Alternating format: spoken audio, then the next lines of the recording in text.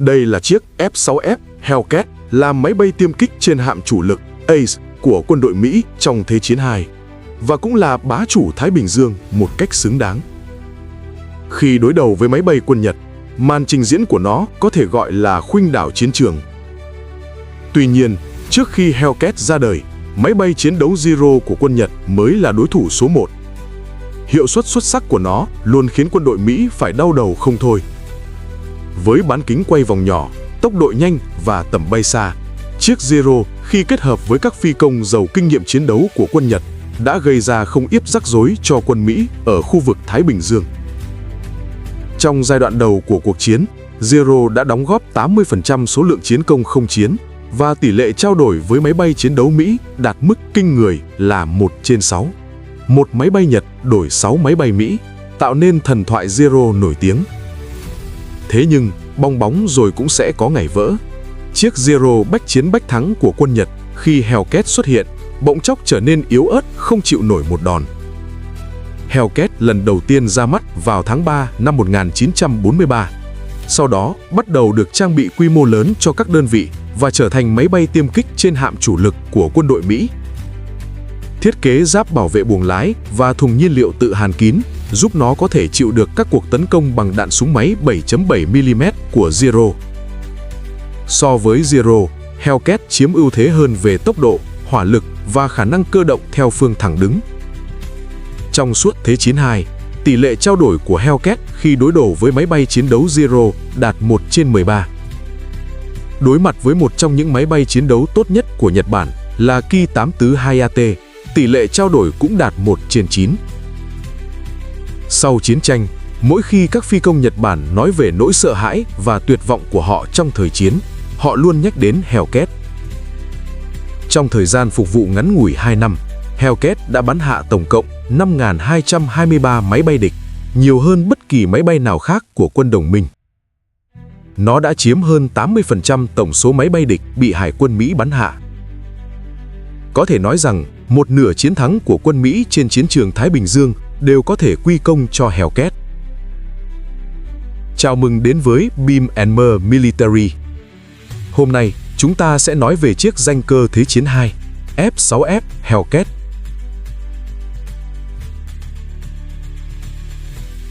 Ngày 7 tháng 12 năm 1941, quân đội Nhật Bản đã phát động một cuộc tập kích bất ngờ vào Trân Châu Cảng. Quân đội Mỹ chịu tổn thất nặng nề. Toàn bộ 8 chiếc thiết giáp hạm của hạm đội Thái Bình Dương đều bị đánh chìm hoặc hư hại. Nhật Bản đã thành công trong việc kéo nước Mỹ vào cuộc chiến. Cuộc tấn công ngày hôm qua vào quần đảo Hawaii đã gây ra thiệt hại nghiêm trọng cho các lực lượng hải quân và quân sự của Hoa Kỳ. Nhưng thật trùng hợp thay, vào ngày xảy ra cuộc tập kích, cả 3 chiếc tàu sân bay mục tiêu đều không có mặt tại cảng. Nhờ đó đã may mắn thoát khỏi trận oanh tạc của quân Nhật một cách hoàn hảo. Lúc này, Hải quân Mỹ phải đối mặt với một sự lựa chọn khó khăn. Nên sử dụng 3 chiếc tàu sân bay này để phản công ngay, hay phải chờ đợi thêm vài tháng nữa cho đến khi các thiết giáp hạm được sửa chữa xong rồi mới cùng xuất kích toàn bộ. Họ đã chọn phương án đầu tiên và phái các tàu sân bay đi. Đối với Hải quân Mỹ, đây là một quyết định đầy mạo hiểm, bởi vì họ chưa bao giờ sử dụng tàu sân bay đơn độc như một vũ khí tấn công chủ lực. Trước đó, nòng cốt của Hải quân luôn là các thiết giáp hạm. Máy bay trên tàu sân bay vốn chỉ được dùng để bảo vệ thiết giáp hạm khỏi các cuộc ném bom. Nhưng quân đội Mỹ lúc này đang cần phản công gấp rút. Họ quyết định đánh cược tất cả, đặt trọn hy vọng vào 3 chiếc tàu sân bay này. Lực lượng chủ lực trên tàu sân bay chính là tiền thân của Hellcat, chiếc Grumman F-4F Wildcat. Ý tưởng về chiếc Wildcat phải truy ngược về năm 1935. Khi đó, máy bay của Hải quân Mỹ vẫn hoàn toàn là các thiết kế 2 tầng cánh biplane với một cánh chồng lên cánh kia. Loại máy bay này tuy có cấu trúc đơn giản nhưng tốc độ bay chậm và trần bay thấp, đã đến lúc cần phải loại bỏ. Chính vì vậy, Hải quân Mỹ muốn tìm kiếm một loại máy bay tiêm kích trên hạm mới với thiết kế 1 tầng cánh monoplane. Thế là hai công ty Grumman và Brewster bắt đầu thiết kế các nguyên mẫu. Trải qua 4 năm, vào năm 1939, cả hai công ty đều cho ra đời nguyên mẫu của mình. Đó là chiếc F4 F2 của Grumman và chiếc Buffalo của Brewster. Họ bắt đầu cạnh tranh cho vị trí máy bay một tầng cánh của Hải quân. Máy bay của Grumman tuy bay nhanh hơn, nhưng chiếc Buffalo của Brewster lại có khả năng cơ động tốt hơn. Kết quả là Hải quân đã chọn Buffalo và yêu cầu Grumman tiếp tục cải tiến máy bay của mình. Để nâng cao hiệu suất của chiếc F4F, Grumman đã thay thế bằng một động cơ mạnh mẽ hơn và nâng cấp hệ thống vũ khí. Đồng thời, họ cũng áp dụng thiết kế cánh gập độc đáo Stow Wing, giúp cánh có thể dễ dàng gập lại ép sát thân. Nhờ đó, tàu sân bay có thể mang theo số lượng máy bay lớn hơn. Chiếc máy bay hoàn toàn mới này ban đầu đã thu hút sự chú ý của người Pháp và họ đã đi đầu trong việc đặt mua 100 chiếc. Các thử nghiệm sau đó của Hải quân Mỹ cũng cho thấy máy bay mới của Grumman có hiệu suất vượt trội hơn hẳn so với Buffalo. Họ rất hài lòng, tiến hành đặt mua số lượng lớn và đặt cho chiếc máy bay này một mật danh mới, Wildcat.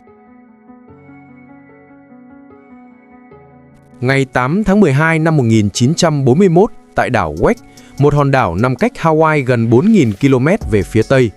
Trên đảo có một đường băng dã chiến mà máy bay ném bom của Mỹ có thể sử dụng. Tại thời điểm đó, máy bay ném bom có thể cất hạ cánh từ đây để tấn công các tàu chiến Nhật Bản trên Thái Bình Dương. Đối với Nhật Bản, đây là một mối đe dọa to lớn và họ buộc phải chiếm lấy đảo Wake. Chỉ vài giờ sau sự kiện Trân Châu Cảng, 36 máy bay ném bom của Nhật đã bay đến đảo Wake. Chúng đã phá hủy 12 máy bay Mỹ đang đậu trên mặt đất. Nhưng quân Nhật không hề biết rằng vẫn còn 4 chiếc Wildcat sống sót. Do đảo Wake chỉ là một trạm tiền tiêu của quân đội Mỹ nên không nhận được cảnh báo hiệu quả về cuộc tập kích.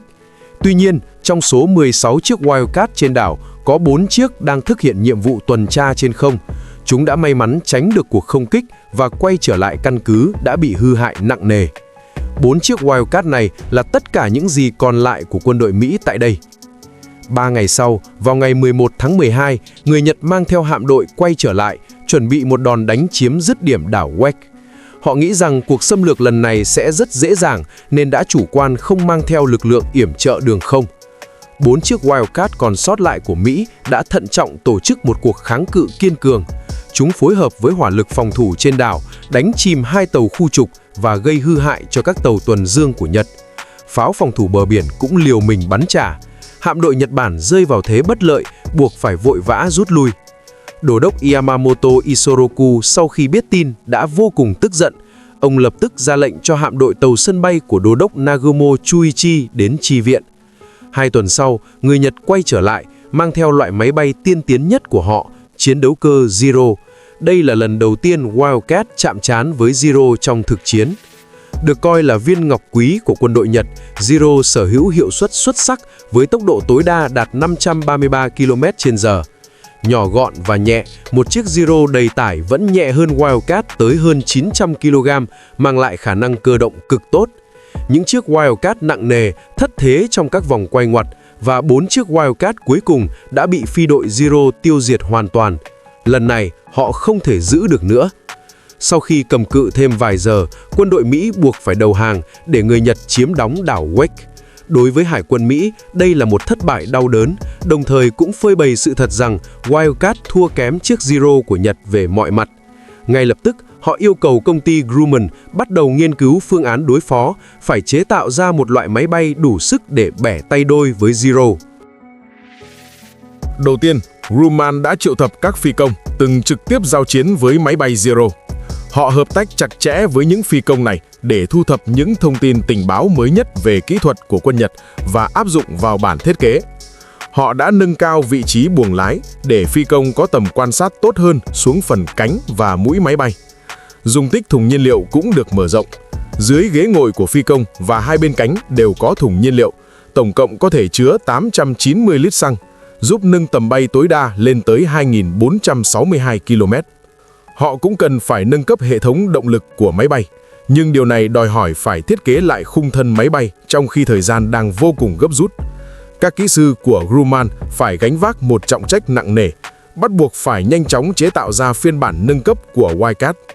Chưa đầy một năm sau, vào ngày 26 tháng 6 năm 1942, chiếc Hellcat đầu tiên đã hoàn thành chuyến bay thử nghiệm một cách thuận lợi. Nó được trang bị một trái tim mạnh mẽ, đó là động cơ hàng không R2800 Double Wasp, ong bắp cày đôi, do hãng Pratt & Whitney sản xuất. Với thiết kế 18 xi lanh xếp thành hai hàng, động cơ này có thể sản sinh công suất lên tới 2.000 mã lực.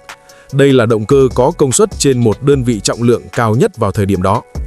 Bên trong động cơ có một bộ siêu nạp Supercharger giúp tăng hiệu suất đốt cháy nhiên liệu, cải thiện đáng kể tốc độ và sức chiến đấu của máy bay. Nhìn chung, hiệu suất của Hellcat cao hơn Wildcat tới 25%. Tuy nhiên, Hellcat không phải là máy bay duy nhất được thiết kế dựa trên động cơ này. Có một loại máy bay mạnh mẽ khác đang cạnh tranh với nó, đó chính là chiếc F4U Corsair của hãng Vought. Tốc độ cực đại của Corsair đạt tới 640 km/h, nhanh hơn cả Hellcat, nhưng thiết kế của nó phức tạp hơn nhiều và việc hạ cánh trên tàu sân bay thường xuyên gặp sự cố do mũi máy bay quá dài che khuất tầm nhìn và hiện tượng nảy khi tiếp đất. Đơn giá của nó cũng đắt hơn, gấp khoảng 1,7 lần so với Hellcat. Sau hàng loạt các thử nghiệm, cuối cùng Hải quân Mỹ vẫn chọn Hellcat làm máy bay chủ lực trên tàu sân bay và chuyển giao Corsair cho các đơn vị thủy quân lục chiến hoạt động trên đất liền. Hellcat bắt đầu bước vào giai đoạn sản xuất hàng loạt. Cùng lúc đó tại Thái Bình Dương, máy bay Zero đã giúp Nhật Bản chiếm thêm nhiều ưu thế. Hải quân Mỹ đang khao khát tìm ra phương pháp để ngăn chặn máy bay chiến đấu của Nhật. May mắn thay, họ sớm có được một trang bị cực kỳ quan trọng. Tháng 7 năm 1942, tại quần đảo Aleutian, quân đội Mỹ đã nhận được một món quà bất ngờ. Một chiếc Zero hoàn toàn nguyên vẹn đã buộc phải hạ cánh khẩn cấp và bị quân Nhật bỏ lại. Đây chính xác là thứ mà người Mỹ đang khao khát nhất vào thời điểm đó. Cuối cùng, họ cũng có thể nghiên cứu chiếc máy bay này ở cự ly gần. Các kỹ sư đã dành rất nhiều công sức để phân tích tỉ mỉ từng chi tiết của chiếc máy bay. Thông qua quá trình nghiên cứu và bay thử nghiệm chiếc Zero thu được, họ cơ bản đã tìm ra tất cả điểm yếu của nó. Động cơ của Zero sẽ bị chết máy đột ngột khi thực hiện các cú bổ nhào góc lớn do chịu lực G âm. Hơn nữa, khi phi công muốn thực hiện động tác cuộn, roll sang bên phải, phản ứng của máy bay trở nên rất chậm chạp.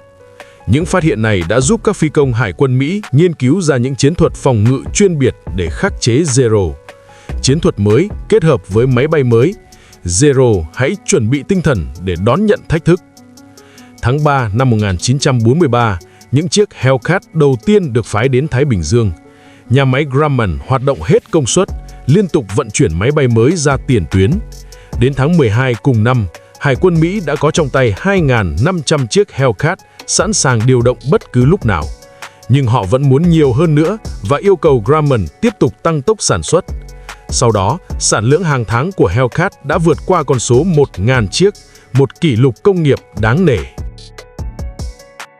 Ngày 9 tháng 6 năm 1944, tại Guam, một phi đội Hellcat đang làm nhiệm vụ hộ tống máy bay ném bom tấn công căn cứ không quân Nhật Bản. Họ đã phá hủy thành công một phần quan trọng vật tư và máy bay của địch, nhưng vẫn còn rất nhiều máy bay đang đậu dưới những tán cỏ. Thế là hai chiếc Hellcat tách khỏi đội hình, bổ nhào xuống thấp để chụp ảnh ghi lại vị trí những chiếc máy bay này, chờ hạm đội tàu chiến đến tiêu diệt sau. Đột nhiên, bầu trời xuất hiện biến động. Cả một phi đội bay khoảng 40 chiếc đang đằng sát khí lao về phía Hellcat, trong đó có cả những chiếc Zero. Phi công Hellcat thấy vậy, lập tức gọi đồng đội hỗ trợ. Anh biết đại quân đang ở ngay phía sau nên quyết đoán lao thẳng vào đội hình địch, chấp nhận lấy 1 địch trăm, bắt đầu một màn cận chiến kịch liệt. Cú lao thẳng của Hellcat khiến kẻ địch không kịp trở tay. Tận dụng cơ hội trong cú va chạm đầu tiên, anh bắn hạ ngay 2 chiếc Zero.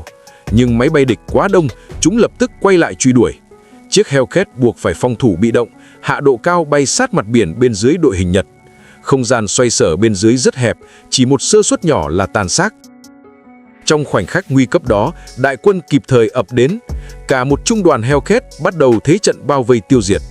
Trong trận chiến này, máy bay Nhật không còn chút ưu thế nào. Toàn bộ đội hình 40 máy bay của chúng bị quân Mỹ tiêu diệt hoàn toàn.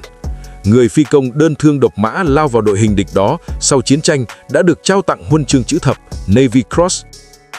Trận đánh này mở màn cho hải chiến biển Philippines, cũng là trận đối đầu tàu sân bay cuối cùng của Thế chiến II. Trong 48 giờ tiếp theo, những chú mèo địa ngục Hellcat bắt đầu cuộc không chiến không ngừng nghỉ. quân Nhật mất 315 máy bay, trong đó 75% là chiến tích của Hellcat, trong khi Mỹ chỉ mất 26 chiếc. Có thể nói, Mỹ đã dễ dàng chấm dứt năng lực tấn công của tàu sân bay Nhật. Trận đánh này, do cảnh tượng máy bay Nhật rơi rụng liên tục giống như trò bắn gà Tây trong các lễ hội ngày xưa nên đã được đặt một biệt danh nổi tiếng, cuộc tàn sát gà Tây ở Marianas, The Great Marianas Turkey Shoot. Tuy nhiên, đây vẫn chưa phải là màn trình diễn cá nhân xuất sắc nhất của Hellcat, vẫn còn những điều tuyệt vời hơn nữa ở phía sau. Tháng 10 năm 1944, quân đội Mỹ tấn công đảo Leyte của Philippines, cắt đứt tuyến đường cung cấp dầu mỏ sống còn của Nhật Bản. Để phản kích, quân Nhật quyết định chơi ván bài tất tay, khô máu, chuẩn bị không kích quân Mỹ. Mục tiêu hàng đầu của họ chuyển sang tàu sân bay USS Essex. Ngày 24 tháng 10, trên vùng biển Philippines, Đại tá David McCampbell và phi đội của ông vừa hoàn thành một đợt không kích vào hạm mồi Nhật Bản và quay trở lại tàu sân bay để bổ sung đạn dược, chuẩn bị cho nhiệm vụ tiếp theo. Đúng lúc này, từ phòng điều khiển chính của tàu Essex, tiếng hô thất thanh vang lên qua bộ đàm. Radar đã phát hiện 3 nhóm máy bay Nhật đang lao tới. Nhưng lúc này, trên bong tàu toàn là những chiếc Hellcat chưa kịp tiếp nhiên liệu và chưa sẵn sàng chiến đấu. Nhưng họ không còn thời gian để chờ đợi nữa. Đại tá McCampbell quả quyết lái chiếc Hellcat chưa được nạp đầy xăng, lập tức cất cánh lao thẳng về phía phi đội Nhật đang cách đó 35 km. Theo sau ông là chiếc máy bay yểm trợ Wingman. Tuy số lượng ít hơn máy bay Nhật, nhưng về hỏa lực, Hellcat không phải dạng vừa.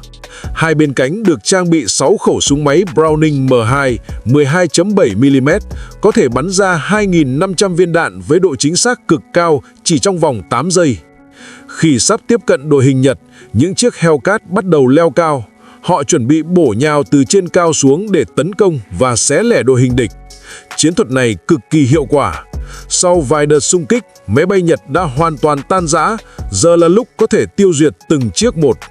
Đại tá McCampbell vô cùng tự tin. Tương truyền rằng lúc đó ông còn tắt ống thở oxy, châm một điếu thuốc và bắt đầu suy nghĩ xem nên xử lý bọn Zero thế nào. Trong nhiệm vụ lần này, ông đã bắn hết toàn bộ cơ số đạn của chiếc Hellcat. Chỉ trong vòng chưa đầy 1 giờ, ông đã bắn hạ 9 máy bay địch. Đây là kỷ lục bắn hạ nhiều nhất trong một ngày của quân đội Mỹ mà cho đến nay vẫn chưa ai phá vỡ được. Người đồng đội bay số 2 của ông cũng bắn hạ được 6 chiếc. Chỉ vài chiếc Hellcat đã thành công đẩy lùi cuộc tấn công của gần 60 máy bay Nhật Bản. Màn trình diễn anh dũng này đã mang về cho McCampbell tấm huân chương danh dự Medal of Honor. Đến khi chiến tranh kết thúc, ông đã giành chiến thắng trong 34 trận không chiến, trở thành phi công bắn hại nhiều địch nhất của Hải quân Mỹ. Hellcat cũng tiếp tục chiến đấu nơi tiền tuyến cho đến khi Thế chiến II chấm dứt. Nhà máy Grumman đã hoàn thành lô sản xuất Hellcat cuối cùng vào tháng 11 năm 1945. Tổng cộng có 12.000 chiếc được sản xuất, nhưng chỉ có 270 chiếc bị phá hủy trong chiến đấu. Độ tin cậy cao đến kinh ngạc, chúng vẫn có thể quay về căn cứ sau khi chịu đựng hỏa lực dữ dội. Hellcat cũng là cái nôi sản sinh ra nhiều phi công as nhất cho nước Mỹ, với tổng cộng 306 người. Không còn nghi ngờ gì nữa, đây xứng đáng là chiếc danh cơ của Thế chiến II. Và trước khi kết thúc video, nếu bạn muốn tìm một trang phục chiến và bền bỉ như Hellcat, hãy ghé ngay shop để xem mẫu quần jogger kaki đang hot nhất hiện nay. Vải đẹp, form chuẩn, giá cả lại cực kỳ hợp lý cho anh em đam mê phong cách năng động. Link sản phẩm mình để ngay dưới phần mô tả nhé. Và đó là toàn bộ câu chuyện về Hellcat. Nếu các bạn thích, đừng quên bấm like, share và đăng ký để kênh đạt 20.000 sub nhé. Trong video tiếp theo, chúng ta sẽ nói về đối thủ chuyên kiếp của Hellcat, máy bay chiến đấu Zero. Hẹn gặp lại các bạn trong video kỳ tới.